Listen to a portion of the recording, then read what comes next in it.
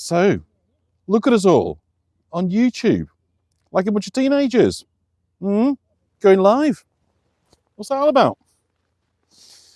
So I've got the chat running slow, just so I can kind of get used to it, calibrate. It's my first time, I know, Dolores. Woohoo, look at us.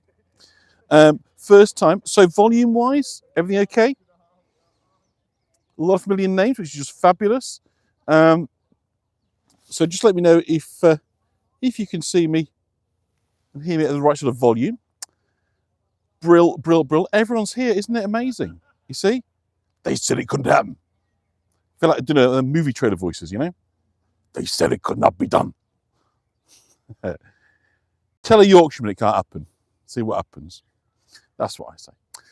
So, isn't it fun that we are all here together? Volume's perfect. That's lovely. And it's going at a lovely speed. So I think it's every 5 seconds it's allowing something in. So if it's not coming straight through, don't worry.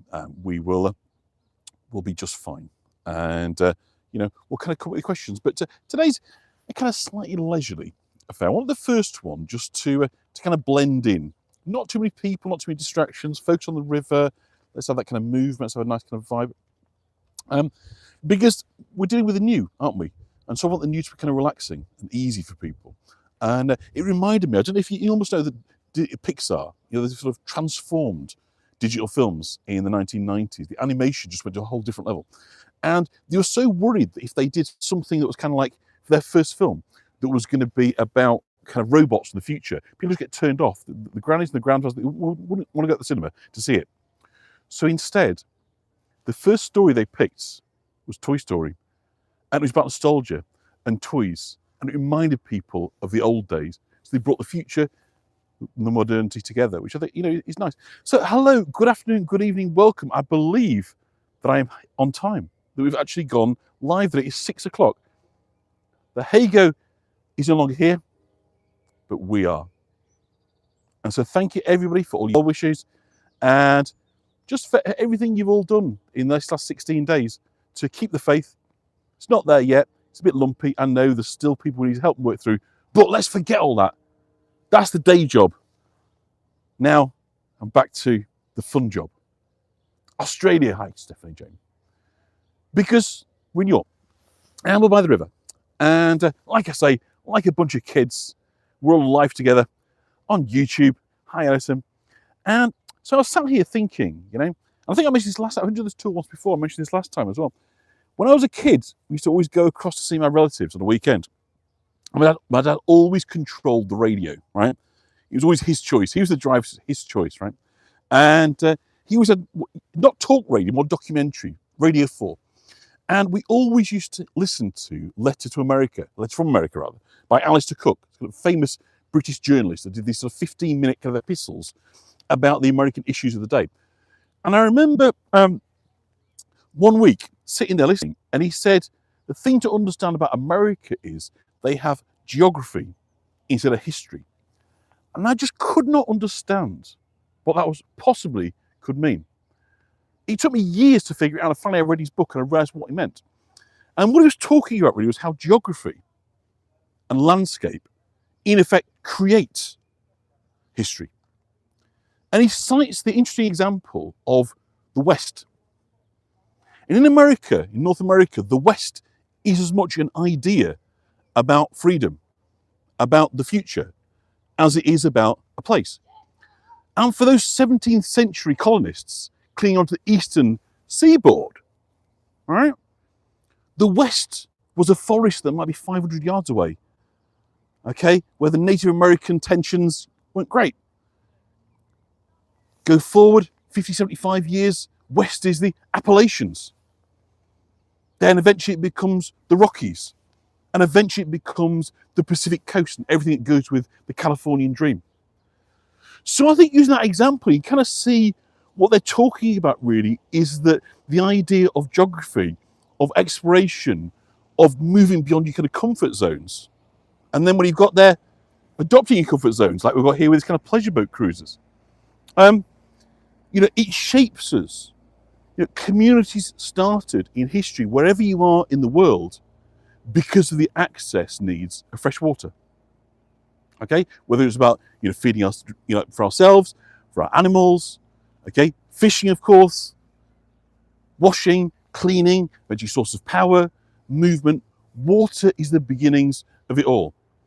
And so rivers, if you like, have done more to shape human history than any other geographical feature on the planet. And we think of them, it's lovely, isn't it? I love watching the movement of the water. There's a name for that, isn't there? And I bet somebody knows what it's called, where a boat moves and you just sort of see the triangle. Experiencing an echo. I apologise. Is anybody else experiencing an echo? You haven't got two screens on, have you, by any chance?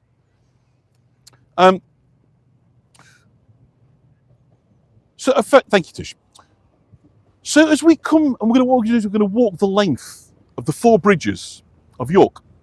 Was it 5 on this show? It might be 5. So you get a lot of bridges. The first one you see there, the train bridge going over is Scarborough Bridge. And exactly, pioneer spirit, all that, right? Sorry if the chat's a bit slow, I'll speed it up next time, but I just wanted to be able to know how it worked this time. So there was no dry run. This is my first rehearsal, is live. So you can see there the train pulling across what's known as Scarborough Bridge in York. Just a railway bridge on one side and a footbridge on the other. It's not for vehicles. And when that bridge was being built right at the end of the 19th century, so just before the end of the kind of Victorian era, a great expansion of kind of railways, as you all know, they excavated in this area and to build the foundations, of course. And in doing so, they discovered an Iron Age settlement. They had assumed that York's story started with the Romans. Not surprisingly, that's our kind of big narrative. To come to York, 2,000 years of history, started in AD 71 by the Romans. It's a good story, it's easy to remember, but it's only part of the story. Because the Romans came here because they could spot what had been spotted thousands of years before. That this was a great and sensible place to come and live, on a riverside that was teeming with fish, as part of a river network that connected them to the continent. Yeah? Think about going across to the North Sea, get to the Humber Estuary, 200 miles or so, and you're on continental Europe. That has got great connections to tributaries that run all the way across the north of England. So it's not hugely surprising that there were people living here thousands of years before the Romans. And we think, dating from the finds, those people were living here in this spot we're walking probably about somewhere around 10, maybe 11,000 years ago. And it puts us right at the end of the last Iron Age. Yeah, sometimes that's why I asked about 2 screens. Sometimes it's really easy to open 2, particularly if you're waiting for one to come on live. And so just make sure that that's not the case. And we'll get there together, guys. We'll get there together. Help each other. Remember, what can you give, not what can you get? Fantastic. Love it. I love that spirit.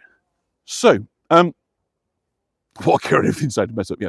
And so, the last ice age, of course, brought a great melt. It created the great glacial lakes, and it created the rivers. Because what happened, of course, was that throughout 30,000 years of glacial activity, the ice age, millions of tons of rock and ice had literally smashed its way, millimetre by millimetre, inch by inch, through the landscape, forging deep, flat valleys. And the Vale of York, where we're sat here, where we're walking now, is one of these glacial valleys. The river, the temperature starts to warm. So people often talk, don't they, about we had that period of global warming in the ice age. Well, of course you did. It was the end of an ice age. But let's not go down that road. But that was the last great period of kind of global warming. And so that meltwater then sat in the bottom of the valley. So consequently, it is lovely, isn't it? This is what you're looking at, is glacial melt water. It wasn't here before that. This comes from the ice from the glaciers. But what we do know is that if we look at that 30,000 years of the last ice age, is so much of Europe was covered in a great mass of ice. Not dissimilar to what might cover the polar ice caps today.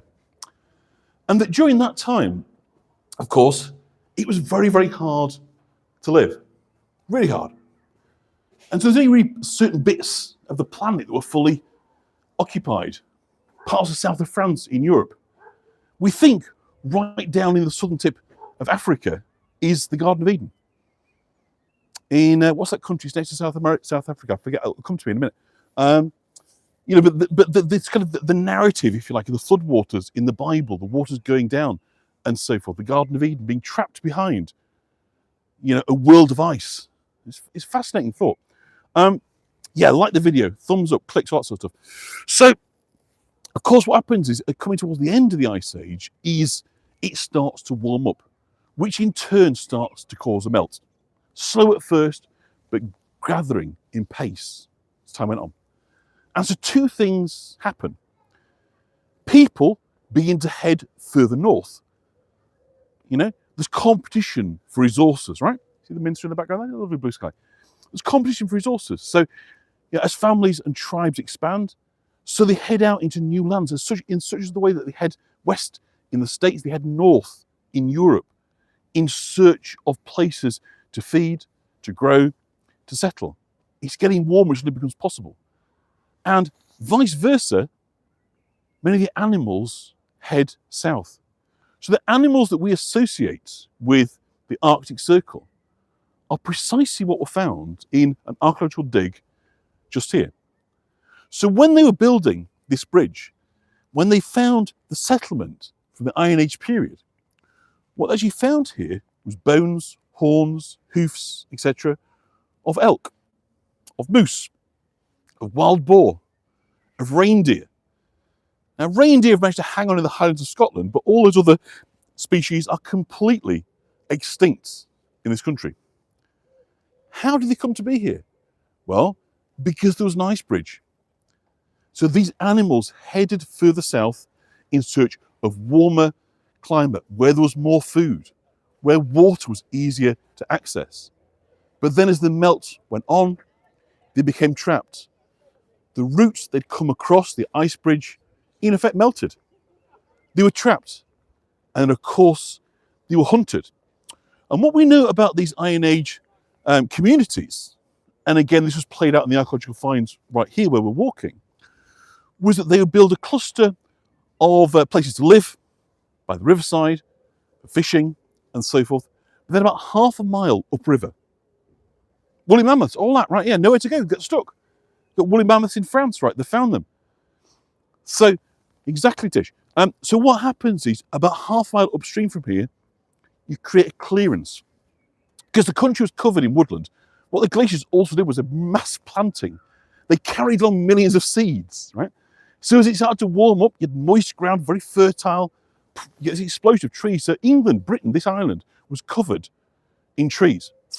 And of course, if you try and go hunting animals in a forest, it's really difficult. You're going to get hurt. Your prey's going to get away. You'll be frustrated, you're all going to go hungry. However, if you create a clearing by the waterside where the animals will come to drink, if you then work cooperatively, you stake it out, you think about scent, you're all going to eat tonight. And so the very, very beginnings, if you like, of human society is in cooperation and hunting, all right? Does that make sense? So this is what we're finding here is not only have we got the archaeological remains of the Iron Age fishing village and settlement just here, half a mile further up, we've then got, for Humphrey, thank you, we've then got the clearance, the bones, the hooves, the horns, and we can see what the animals are. So I think that's kind of fascinating. I really kind of want to start here because it's so easy for us to sort of say, and I know I've heard so many North Americans, believe me, I've taken so many, and I love it. I love North Americans. I think we just get each other, right? And I've taken so many around this city, and they'll tell me, oh, we don't have the history that you do. I thought, well, you do. Actually, it's a kind of shared history of post-Ice Age kind of settlement. It's just, it doesn't tally up with the idea of a kind of nation starting in 1770s. But if you sort of put that to one side, this is the shared foundation of the human story. And of course, then many of the people that emerged and survived that last Ice Age become our common ancestors. And of course, many of them then take to boats, and they take to the New World, to the colonies, and so forth. So it's all our story that I'm talking about. This bit happens to be in York. It could be elsewhere in Europe, but this is our kind of shared foundation story. And it's about people coming together because they can access water. Hi, Tammy. So another kind of great communities. No Echo, no, fantastic, love it, Carol. You know, with a little bit of trial and error, we kind of get there, right? So we're walking past the museum gardens on our left-hand side. Thank you so much to these PayPals that are dropping in. I can't see names always. It's quite bright where I am. I'll say thank you collectively, and I'll send you a message afterwards if I can. See, I don't want to invade your privacy, but it is much, much appreciated. But more than anything, what's appreciated is just knowing there's so many of you on here, and we're doing this together. And what we started off and said we were going to do, we're doing it. So, of course, on the left-hand side of the museum gardens was once the home of the monks. Why are the monks there? Well, we know why the monks are there. Because there's access to water and supplies. So we're thinking about establishing the ecclesiastical communities of York, going back as early as the 7th century in York.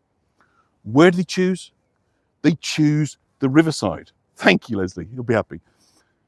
It's always the same factors that people are looking for. Access to fresh water for drinking, for cleaning, for washing, for transportation, for fishing. So it's in this way that water and rivers have shaped history. I mean, there may well be one, and I'm sure somebody will tell me if there is, but is there a major world city that doesn't have a river running through the middle of it? I can't think of one. I mean, there probably is. There's one just going to prove me wrong. I get it, but I don't think there's many, are there? You know, almost every single one you can think of, you've got a major city, because going all the way back to prehistory, what you've got is a settlement that has grown up from a Neolithic period onwards, usually a good supply of fish. If it's fast flowing, that's better still, because that helps with public health, moves away the sewage. But of course, early on, populations were very small, so it didn't really matter all that much about sewage.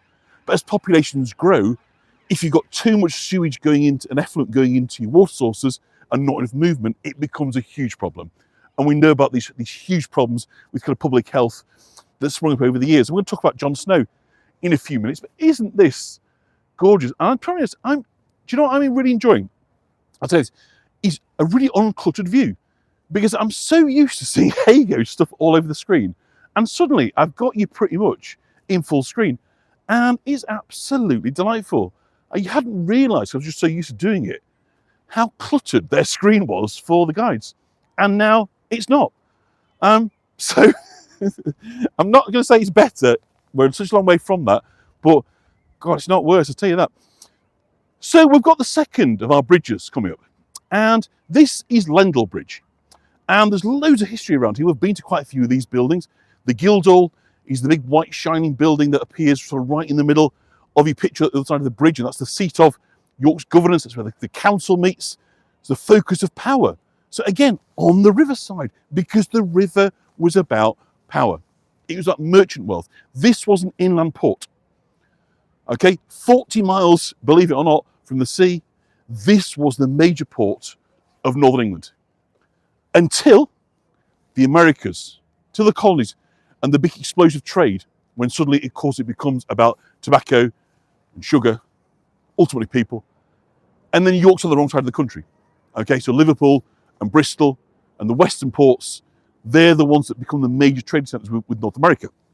But throughout the prehistory and throughout the medieval period, it was the eastern side and the southern side. So the Dover ports, the Cinque ports on the southern coast of England, and on the eastern side, York and London were the major important trading routes.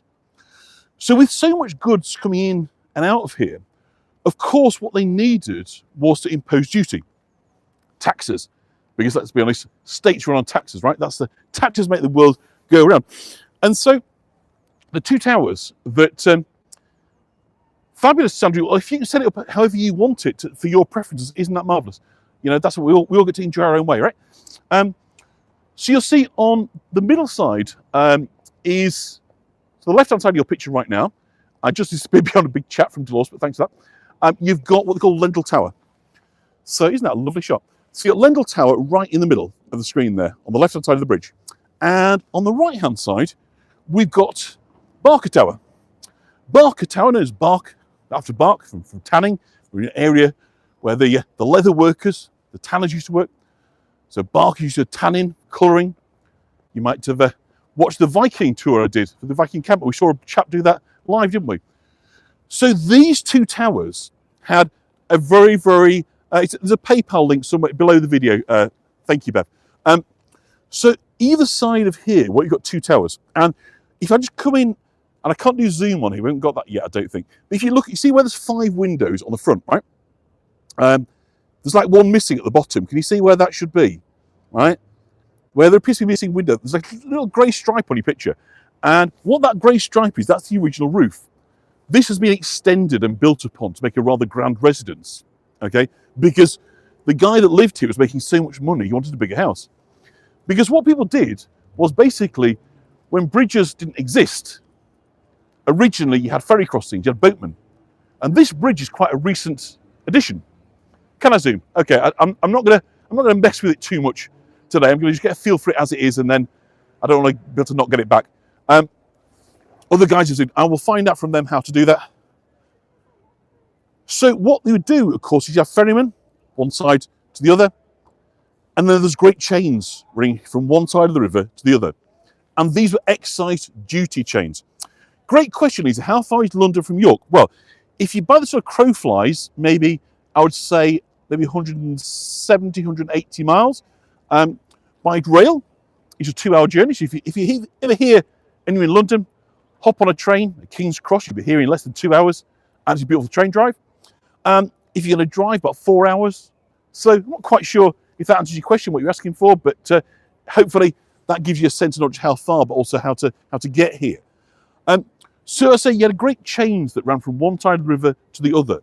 And in this way, of course, they could prevent, boats coming in laden with goods without paying taxation. Because basically society is set up, generally speaking, for 2 things, isn't it? Right? The first thing is for warfare. The organising principle of society is warfare, defence and protection. And after that is for taxation. Okay? And long before everything was free, in inverted commas, people paid for transport, using the rivers, using turnpikes, using ferries. Getting your goods to market was the cost. So I said about tanners, this is Tanner's Moat down here. So this was where tanners worked. And they often worked on the edge of cities. They were leather workers. So they worked with hides. And of course, they had to apply the kind of tannins. And it was a very, very smelly profession. So they're on the outsides of city centres, and usually, of course, need to be by kind of water sources. So this is Tanner's Moat. So where we're walking now would have been full of sticky liquid being used to turn the animals that have been slaughtered at the market. Then their skins are being turned into leather products by rubbing tannins in. So the Barker Tower, that's what they did there. So we're looking at the same bridge now from the other side. Got a city cruise, one of the great things you can do when you're here in York. Thank you, God, PayPal worked beautifully. Isn't it just a fabulous day? Let me see so many people on as well. So here's our Guildhall. And the unusual thing about the Guildhall in York is it's one of the few buildings, we've got so many medieval buildings, that's not actually authentic, because it was actually blown to pieces on a night raid in 1942. York only suffered one night of serious air raid bombing in World War II. But the one night we did have it here, this building was blown up. They're actually aiming for the Minster. And it was in response to some pretty poor behaviour, really, on behalf of the British. They'd embarked on what they called anti-morale bombing, which ended up in the incredibly controversial firebombing of Dresden, in the full knowledge that it was civilians rather than military targets. And they started this anti-morale bombing in a place called Lübeck. And you may be aware of Lübeck. It's it was a charming, beautiful town in Germany. And it had no strategic value whatsoever. The idea was just to make German people so miserable, they would kind of sue for peace. But Hitler was so incensed with the bombing of Lübeck, he just thought it was senseless destruction. It wasn't a legitimate target. And he painted there. Weirdly, of course, Hitler was an artist. How we feel like add that up with his other behaviours, I can never get. But he's an artist. He loved it. And so he decided to set out what they call the Baedeker raids. And for those that are familiar, Baedeker was like kind of Lonely Planet, or what's that guy, Rick Steves, you all watch right in North America. Baedeker would say, if you visit in Britain, if you visit in France, this is where you need to go.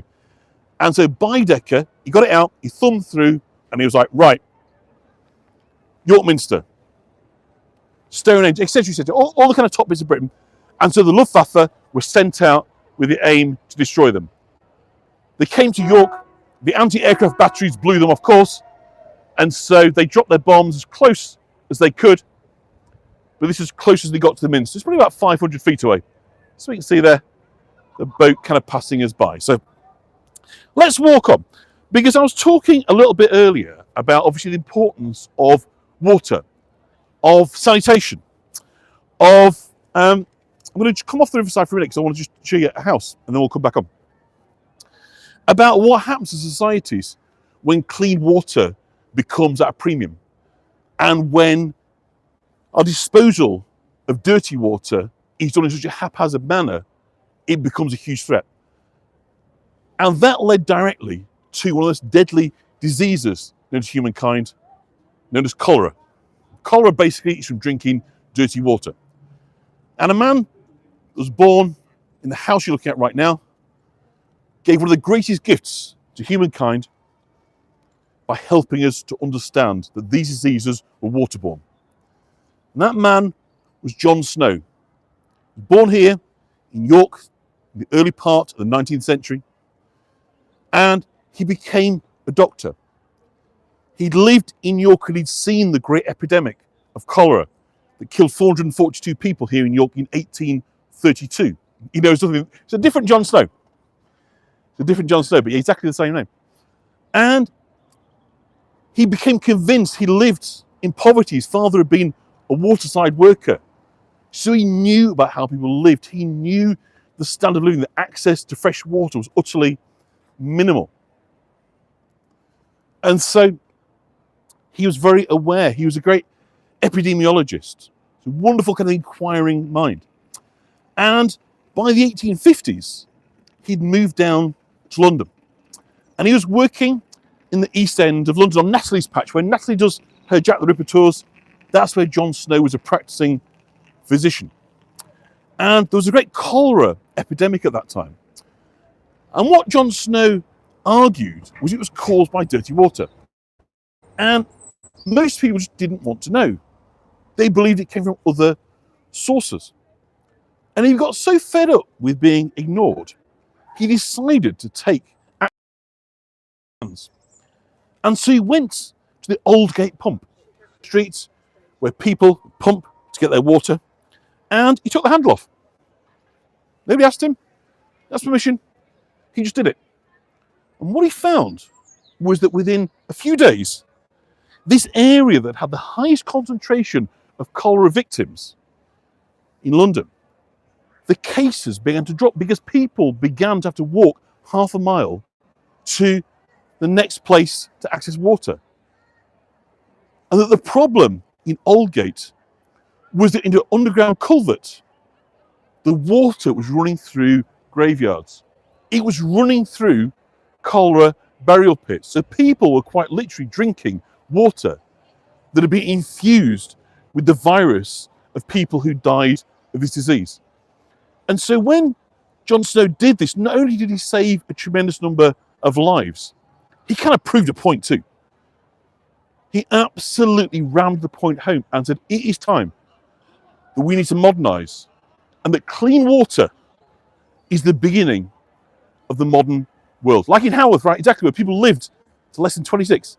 And so we have this monument here for John Snow, pioneer of public health and anaesthesia, proved that cholera is a waterborne by removing a pump handle. Born and lived in North Street, this house here, through his age 14. So here we have a pump, and here we have the handle. And a wonderful monument to a man whose persistence, dead people juice, exactly, whose persistence and belief and demonstration that you have to back up science with, what's the word, like, evidence-based, as you might say. Maybe just this area, I'll keep walking. And he changed the world. And from that point onwards, the 1850s, we start with the Clean Water Acts. We start with sewerage. And this life expectancy that we were talking about earlier, that's been stuck in the kind of the low to mid-20s, suddenly it just ratchets up at speed. It is Should it also drop? Okay, well, I'm just going to walk on and hopefully it will sort of move, sort of improve slightly. So obviously, unlike Hagar, I haven't got a little thing telling me where it's at. But I'll keep walking, and I don't remember there being any particular problems down here. So hopefully we'll walk through that and we'll be out on the other side. So just do kind of bear with us, and we will do that. Okay. So we're coming up to our third bridge, Ouse Bridge. And Ouse Bridge is actually the oldest of the bridges. The bridge you're looking at here actually dates from the early part of the 19th century, about the 1820s. This bridge was built, and so it's like a third bridge, isn't it? We've seen Scarborough Bridge, we've seen Lendal Bridge, now Ouse Bridge. But this is the location. This is the bridge where the Romans first built their crossing. So if you think about it, they're still influencing the way we access the city. This was where they placed the ford, if you like, the place to move people from one side of the river to the other, Ouse Bridge. And so they've not been here for 1,600 years, the Romans, but they're still influencing the way we experience the city, which I think is kind of quite remarkable.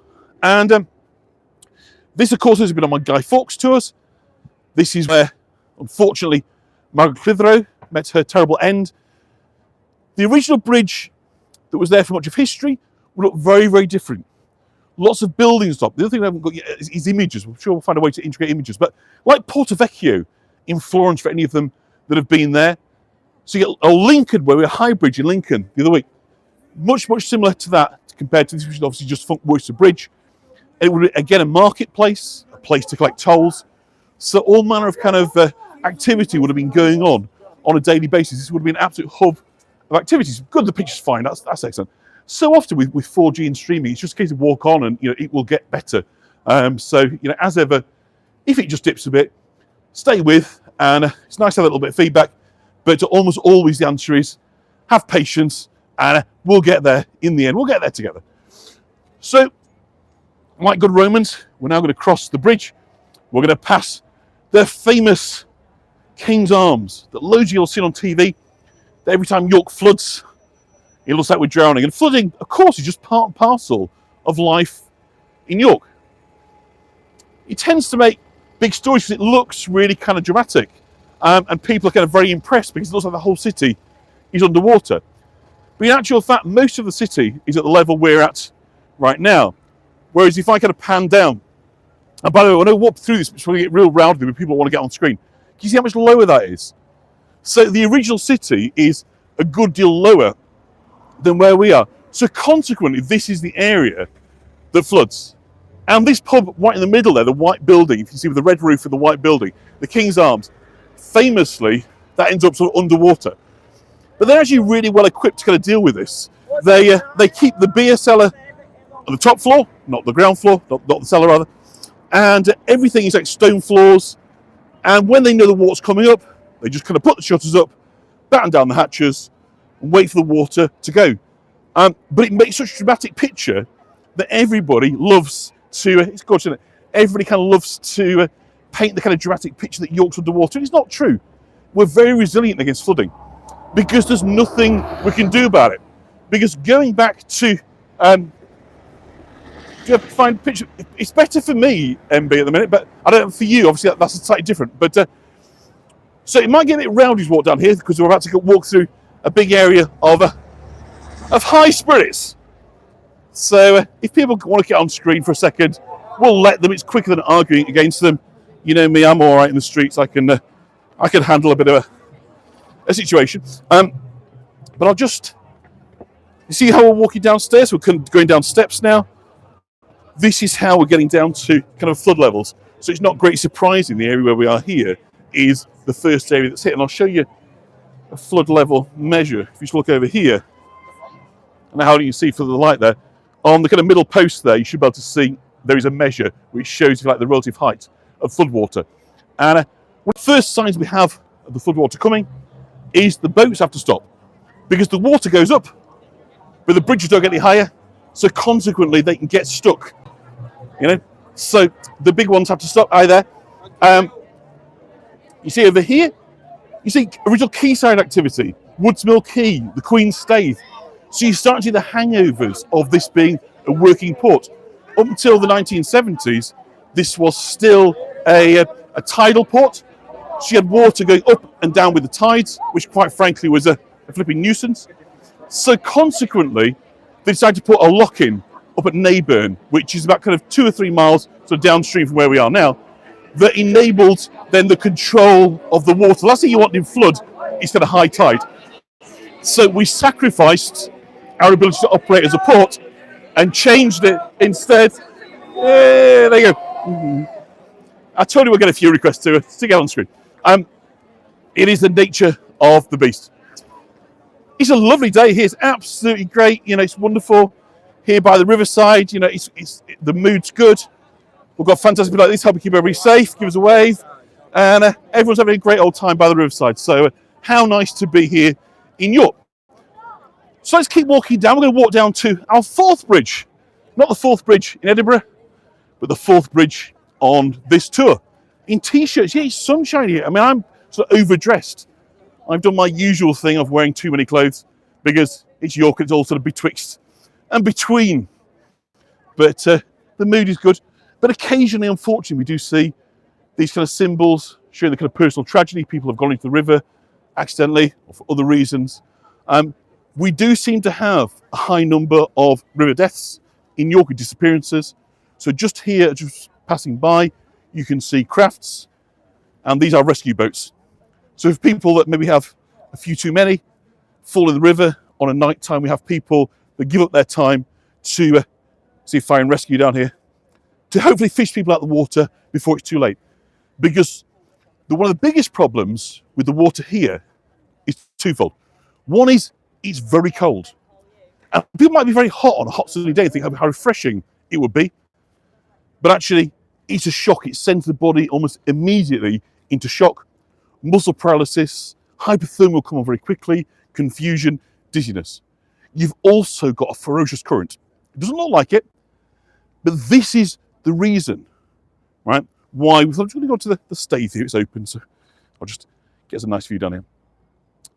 And it's because, in effect, York's River is gravity fed.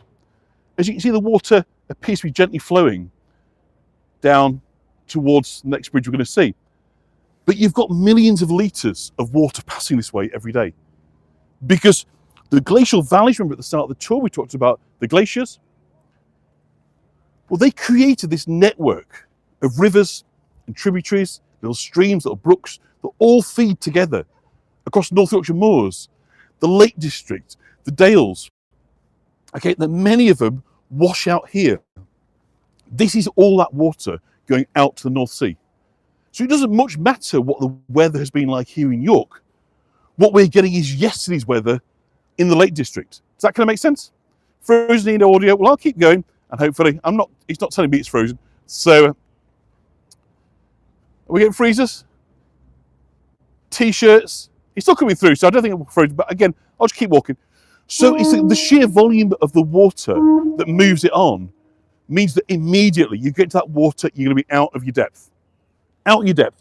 This is not a swimming river.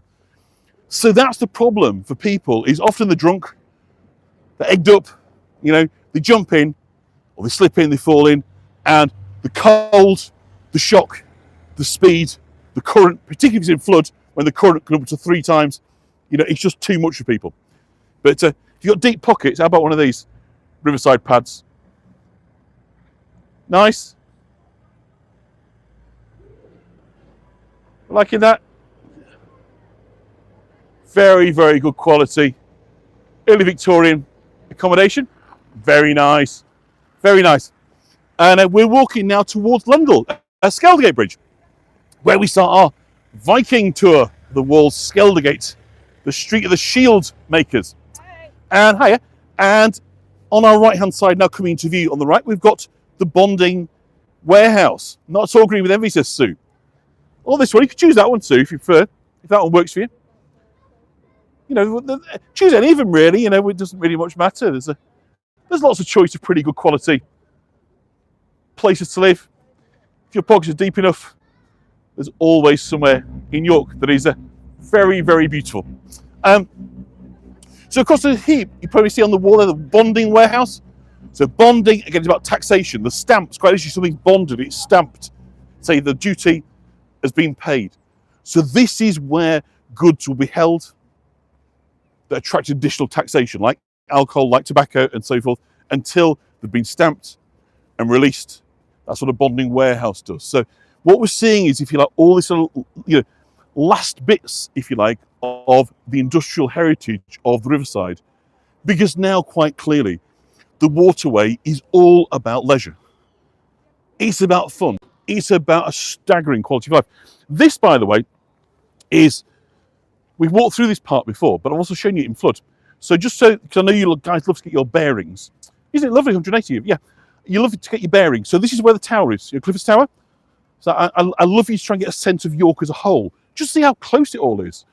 That it's not like London where it takes you a day to walk across it, all these things I show you, that what I do is twisty turny routes that make it look like we've gone a long way, but we never do. We do a really small distance in York. But this is what we call Tower Gardens, where we're here. And this is deliberately a flood. Thank you. He'll be very happy, Carly. This is the floodplain, or one of them. So several times of the year, this will just go completely underwater. So you just see the wall on that side, protecting those houses. But let me just show you, probably shown you this plaque before, but it's a lot easier to see than the one on the bridge. This will see now the floodwater levels. Because, it's always good, isn't it, to get a sense of kind of how high is flooding? What does it actually look like in reality? So let's get your bearings again. So the water side now is, I'd say, about 100 feet away from where we are now, 30, 40 yards. It is Clifford's Tower, yep. So Clifford's Tower is just there. Lovely shot for you up on the hillside. So this we're looking at now, look, is floodwater. Flood heights at Ouse Bridge. So you see, in November 2000, the last time that, it should go up live, I think, afterwards, yeah. The last time we had a major flood here, so 23 years ago, it reached 17.8 above the level of normal summertime. 17.8 feet. So that's what we're kind of talking about. So where I'm stood here, that will be up to my chest, up to my middle. One more shot of Clifford's Tower. Of course, Linda, how could we say no to such a reasonable request as that? And the geese look are holding up the traffic right now. You can see the geese go across the road. The cars are waiting for them. That is a very York kind of thing. Everything just is slightly better here, I think. Do you know what I mean? In terms of people's mood, they're in York, the sun's shining, you're patient. So you wait for goose to cross the road, right? Isn't that nice? Right? There is a better way of living. And it's not always evidence here in York. There's we have our fair share of problems and difficulties, but a lot of what is right about how people should live and how people should live together and the quality of the environment within which they should live is widely available in York. The fly in the ointment it's damn expensive. So, there is always, a price to pay. But if you can find a way to make it work, it is a lovely place to live and a great place to bring up children. We always take time, don't we, to have a look at some flowers. What's that? Wake up and smell the roses.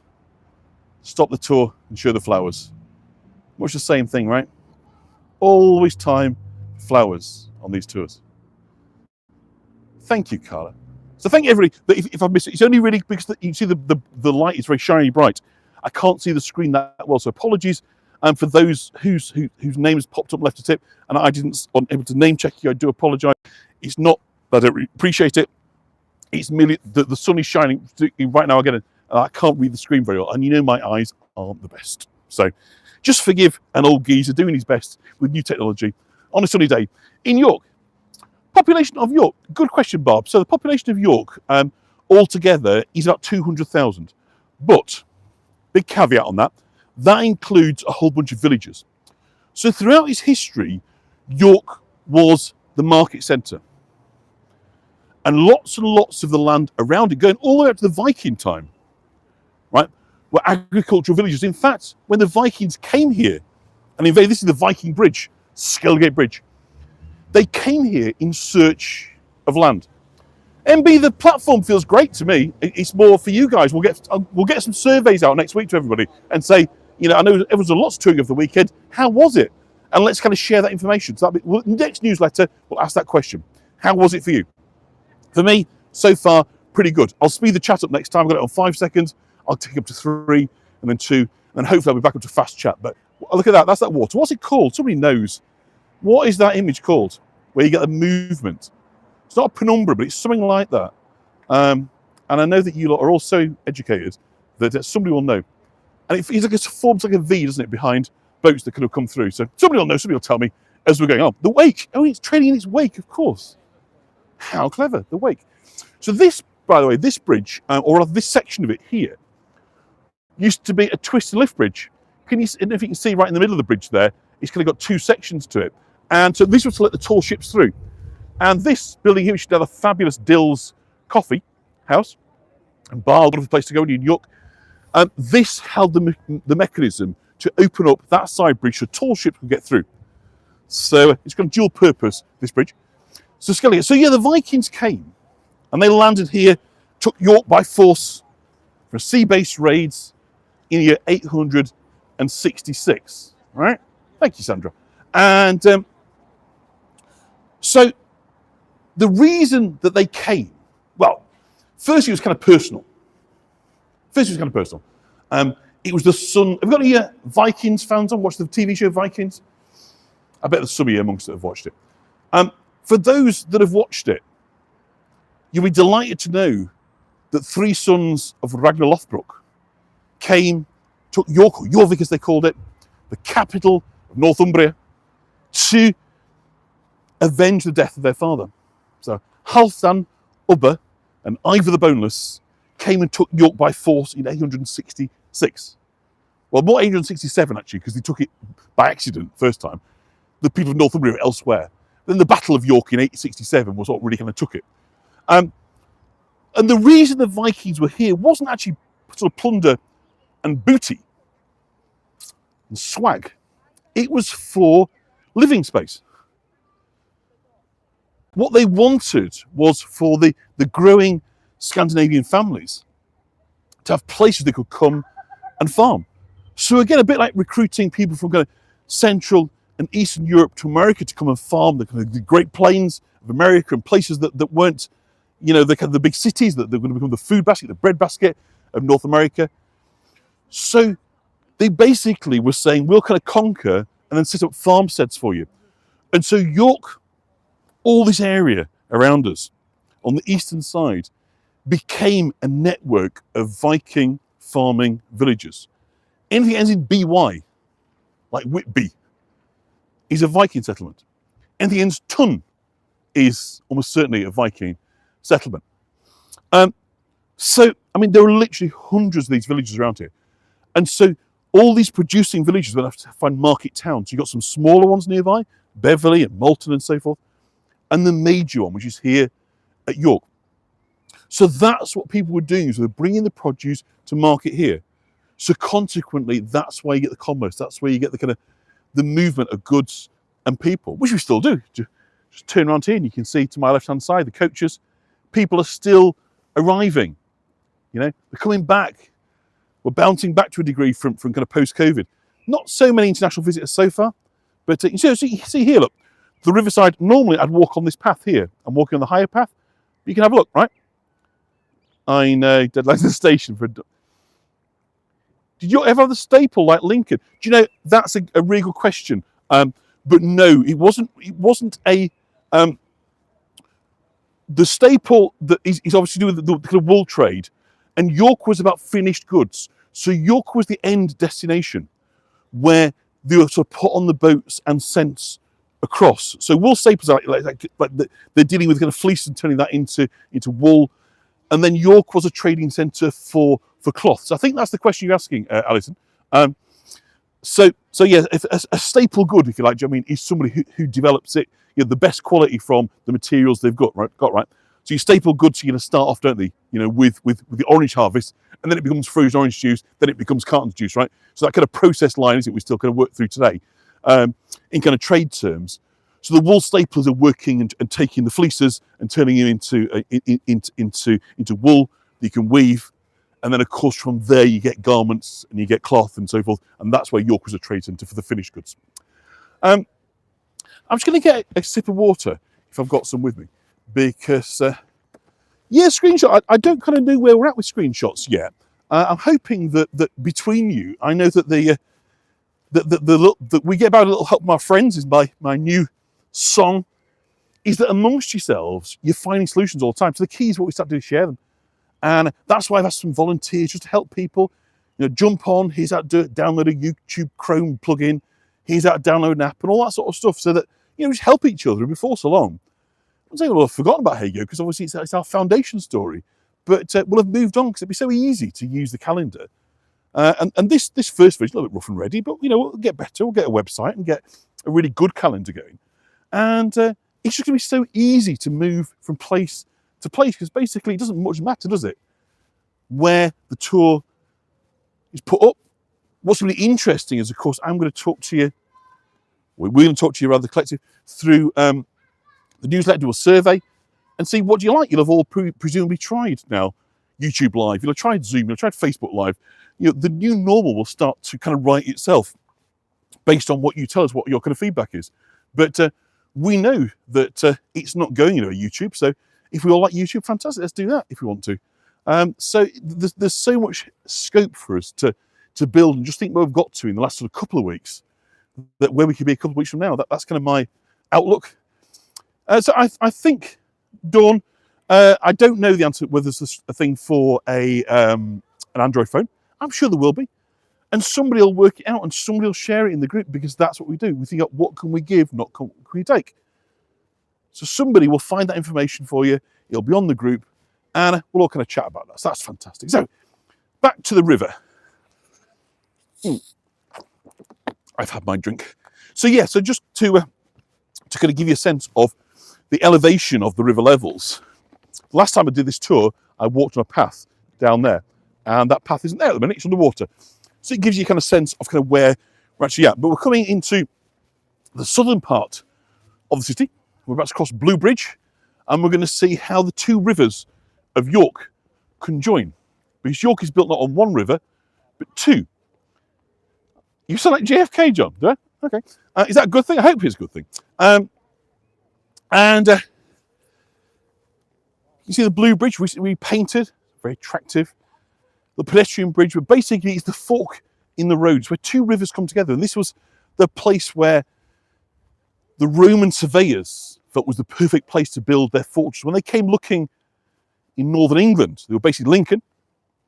They're coming to look at establishing a northern bridgehead to help deal with rebellion and riots in this part of the world, and put down the rebel alliance, as you might say. And that's not what you can do for your country. Precisely that. So they felt that this spot here, where the two rivers came together and the land around it, was the perfect place for them to build their fort. Unfortunately, they didn't really think about flooding, because they weren't planning on staying. It was really just a temporary fortress and then we'll be off. And so they kind of left us with that problem. Thanks very much. So is Raffaella still on there? You can blame him. His Roman ancestors created a perpetual flooding problem for us, but it suited their needs at the time. So it's, I'm all right, Jack, said the Romans. Oh, by the way, we're off now. At the beginnings of the 5th century, we'll leave you to deal with the mess of the location. But nonetheless, we are where we are. And of course, we've gone a long way since. So that is a flood barrier right there, you can see. It's an automatic thing that controls the water that flows through this river. So part of the flood management plan is the Ouse and Foss flood prevention. So that is the mechanical dam that goes up and down to allow the flow of water in and out to try and regulate the speed that water can flow through. So this becomes a sort of temporary kind of reservoir. And you can see, again, the lifting bridge. So you can see the mechanisms over here. Good old-fashioned Victorian engineering always does the job. We've got more lovely tulips. So we're walking down towards a place called Fulford. This is the beginnings of Fulford. Those that know York are here on the left-hand side. The kind of first beginnings of Fishergate, coming into the sort of lower end of Fulford. Bad Romans, bad Romans. If he's on, yeah, you tell Raffaella, he needs to come back and sort out the mess they created. No, he's brilliant. I watched him earlier, only for about 10 minutes, but I watched him. He's on Pompeii. He doesn't have the sunshine that we've got, but wow, brilliant. Just great. What a credit to the tour guiding fraternity that guy is. So knowledgeable and so good at what he does. So back to the story. So the Vikings had kind of established themselves here for 200 years. And they'd made York, or Jorvik as they called it, the capital of not just northern Britain, but also eastern England. Because this, what we have now, of course, what we call England or Britain or the United Kingdom, at that stage was an idea. An idea largely propagated by a chap called Alfred the Great.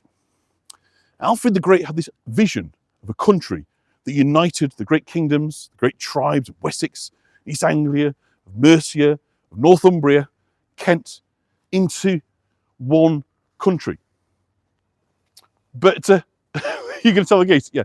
And it was a great deal, wasn't it? But he didn't actually have the resources. It was a great idea, but we weren't ready for it yet. And so he did a deal with Guthrum, for whom Gudrumgate is named in York, to create the annexation of what they call the Danelaw. And the Danelaw, in essence, was eastern England that runs from the top of the country to the bottom. And it's the flatlands. It is, to go back to the geography, how geography settles, this is the flat. Okay, I think we're back up. Sorry about that. They obviously just hit a dead just there. So I'm going to keep moving, and hopefully that will improve by the time we get down towards the. So I'm just going to keep talking, and hopefully you can begin. You'll hear me first before you can see me again, because it's back now. Thank you very much. So they took the eastern side, and they took it for farmland, took it for agriculture. All the villages. So that's like our Great Plains, in North American term. You know, basically it was an area where you grow fruits and vegetables, and the produce keep everybody going. So that's kind of Viking Britain. And of course, because they were the warlords, once this idea of a united nation got over the line, then of course they felt they should have a part of it. And the first kind of great king of England, meaningfully, that we can talk about knowledgeably, is Edward the Confessor. Edward the Elder is the first king, but Edward the Confessor is, if you like, the first key king. He's preceded by King Canute. There's been kind of Vikings, there's been Saxons, but Edward the Confessor can truly say that he is the uniting king of England. And as his reign is coming to the end in the 1060s, it's clear this man who hasn't got a successor needs an heir. So this is where the great bun fight starts. This is where William of Normandy claims that a deal has been done to promise him the kingdom of England, promise him the crown of England. But it's also a Harold Hardrada, son of King Canute, the Viking leader, claims the English throne. And of course, in England, we have a chap called Harold Godwinson, Earl of Wessex, who claims on behalf of the English earls the right to put his hat in the ring. And what's interesting about this time is we're not talking about there being an automatic choice of who would be monarch. You would get together the power brokers, okay, who would come together, like when you do a pope, the pope situation, like that, and they choose who was going to be the next monarch, the next leader. So Harold had his hat in the ring. And so when Edward died, he had a very short window of time. So Harold, unfortunately, had fallen out with his brother, whose name was Tostig. Tostig had now joined forces with the Vikings in the north. When the news came through that Edward the Confessor had died, Harold Godwinson claimed on his deathbed he conferred legitimacy on his claim, and basically he was rushed into a coronation, Westminster Abbey, and was declared King of England. But others cried foul. Duke William said, nope, it was promised to me, it was done under oath. It's a sacred oath, so your sham ceremony, not interested. I'm coming for you, I'm coming with boats, I'm going to come and take the country. In the north, the Vikings said, hold on, the throne was promised to us. They set sail with 300 Viking longboats from Scandinavia to come to northern England. So Harold is stuck now. What does he do? Does he defend north or the south? Duke William he's going to be coming across the North Sea from France. He's got his army arrayed down the south coast. That's where he wants to defend from southern England. But he's exposed on the eastern side to a Viking attack. And he knows that a great Viking armada is on its way. So rather than move his mighty Saxon army up to the north to repel the Vikings, instead, he called on his allies to pull together a scratch army. And that scratch army is made of farmhands. It's made of older guys. It's made of very green soldiers. And they come into contact September of 1066 with a Viking army, battle-hardened, armed to the teeth, and they're quite literally cut to pieces. And that battle happened somewhere on this stretch. We don't exactly know where, but somewhere within a mile of where we are. The Battle of Fulford was a devastating loss for Harold and the English. The Second Army would have said, if you like, had been written off. So his only choice now was, do I march my army north to defeat successful Vikings, or do I stay put on the south? And at this point, the weather was changing. We're coming towards the end of September. And it was believed, erroneously as it proved, that the Normans would wait for the spring for better tides to get themselves across the channel safely. So Harold took a huge gamble. He marched his army north to York. They attacked the Viking fleet at Stamford Bridge, which is, I would say, maybe about 8 miles or so downstream from here. Imagine 300 longships. That's an awful lot of the riverside. All down here would have been longships, right? So imagine Viking longboats where we are now. This great Viking army. And they attacked them at night and they set fire to the ships and they had a fantastic victory, or certainly a very good early start. But sorry, I can't, because the light, I can't see comments of it, so I do apologise. I'm not ignoring you, it's just the way the light is kind of working. Let me just give you, see how the light is reflecting on the water there? It's absolutely, 300 longships on this river, right here, Vera. This is where history was. All that separates us this time, in these locations, this is where the history happened. And if we dig down here, chances are we might just find a Viking pin, a brooch, a coin, a weapon, because this is where the history of England was made. Look at the width of this tree. Isn't that amazing? Been there years. So this is what Harold does. He marches his army up. They successfully engage. And at the Battle of Stamford Bridge, which happens 5 days after the Battle of Fulford, only 5 days in between, they secure a fabulous and famous victory over the Vikings, but at enormous cost. They've lost so many of their top warriors. The Vikings are not a pushover, and so they've sustained very heavy losses. Their men are exhausted. They've marched 200 miles from the south coast to York. They've then engaged in a battle that lasts day and night. And just as they're sitting round the fire on a night celebrating this famous victory, the very news that Harold dreaded came through. The Normans had landed on the south coast of England. And so this exhausted, ragtag, wounded army, full of pride, but carrying enormous injuries, had to turn around and march back down to the south coast of England. Along the way, they recruited men.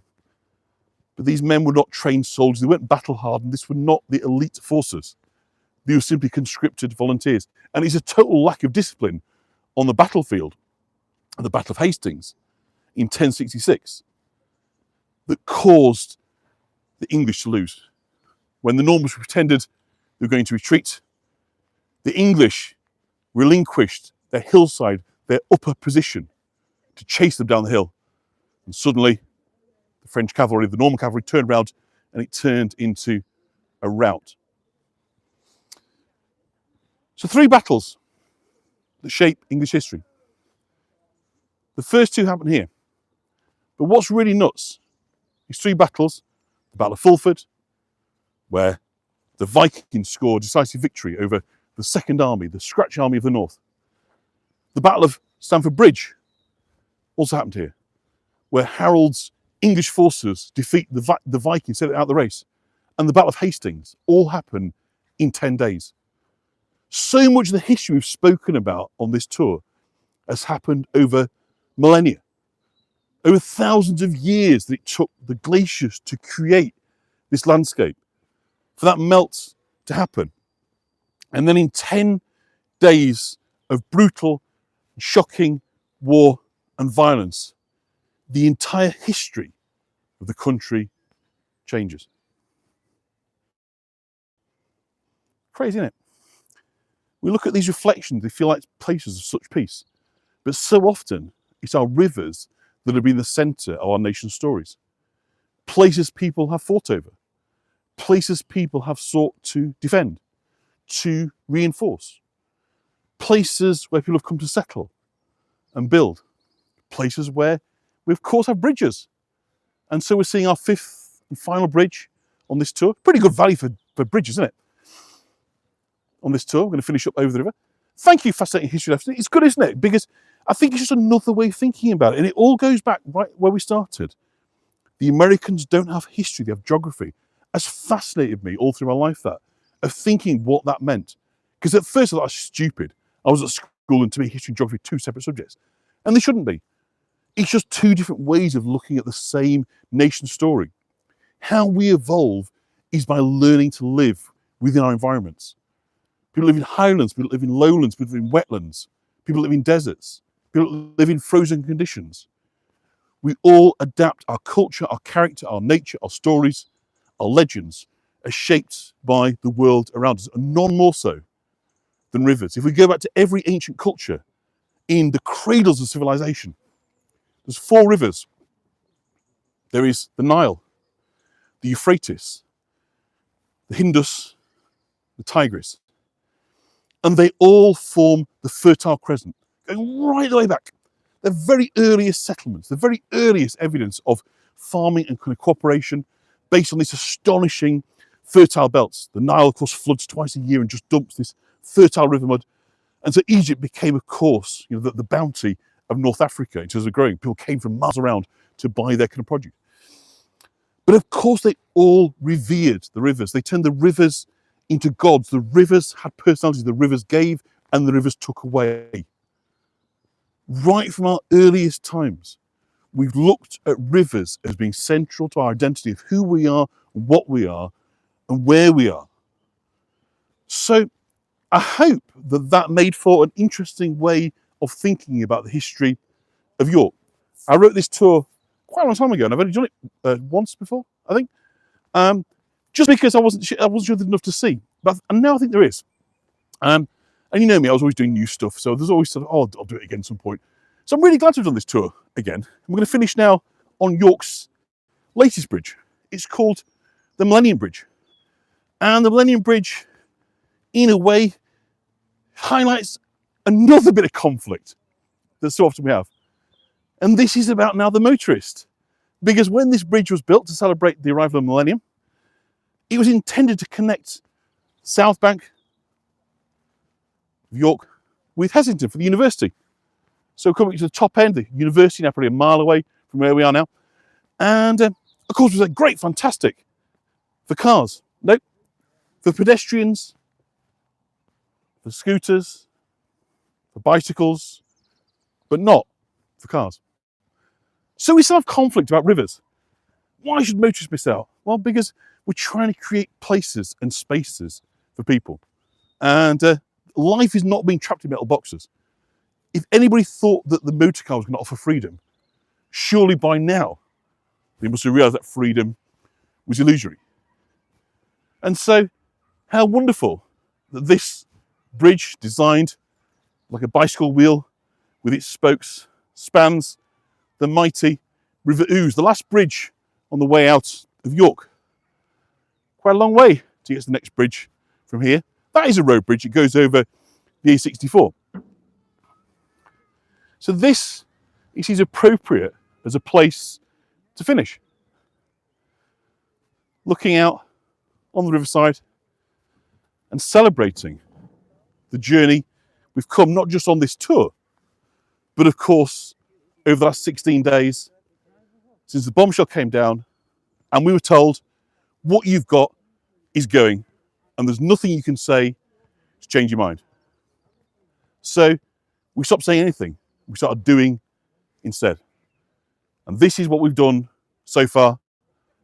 And onwards and upwards we'll go. And there are some views that what we've done isn't perfect. There are some people who will criticise us. Some people will even badmouth us. I get that. It takes a lot to birth the future. You can't give birth without tears. You can't create something at speed without messing up. But let me leave you with a story, because I know you guys like your stories, right? And who's heard of Dr. Christian Barnard? Anybody heard of Christian Barnard? He was a pioneering heart surgeon. He did the very first heart transplant. It's from South Africa it was. And I believe under the late 1950s. Absolute heart surgeon. And at those times, people were brainier probably than they are now. And so he became quite a celebrity. He did sort of public talks, be on TV and all, explaining it. And he was doing one particular public talk. And he explained basically how the heart is a system of pumps, valves, tubes, blood goes in, comes out. He got a very, very simple way of explaining it. And at the end, a guy put his hand up and said, do you know what? I get it. I'm a garage mechanic. I do exactly the same things with engines. What you described to me, I completely understand it. My mechanical brain gets it. That's exactly what I do when I clean out a carburetor. And what Dr. Christian Barnard said to him was, absolutely. Can you do it with the engine switched on? And he said, well, of course not. He said, well, I have to. We can't switch off the patient while we mend them. And we didn't switch off live touring while we mended the future and built it. So of course it's clunky, of course it's not perfect, of course it's not where we're going to be. But if we'd said to you, do you know what, we'll go off and we'll build a website, we'll come back when it's fabulous, you'd have gone by the time we got there. So as I say, there are different views about how we should have done this, but here we are. Loads of choice, quality tours, and I've done my first of them. So thank you so, so much. I am quite literally drained from that. Been a busy weekend. So I'm going to go see our favourite boy and have a glass of wine and enjoy the last of the evening sunshine. Thank you everybody who stayed with us on the journey. Keep the faith.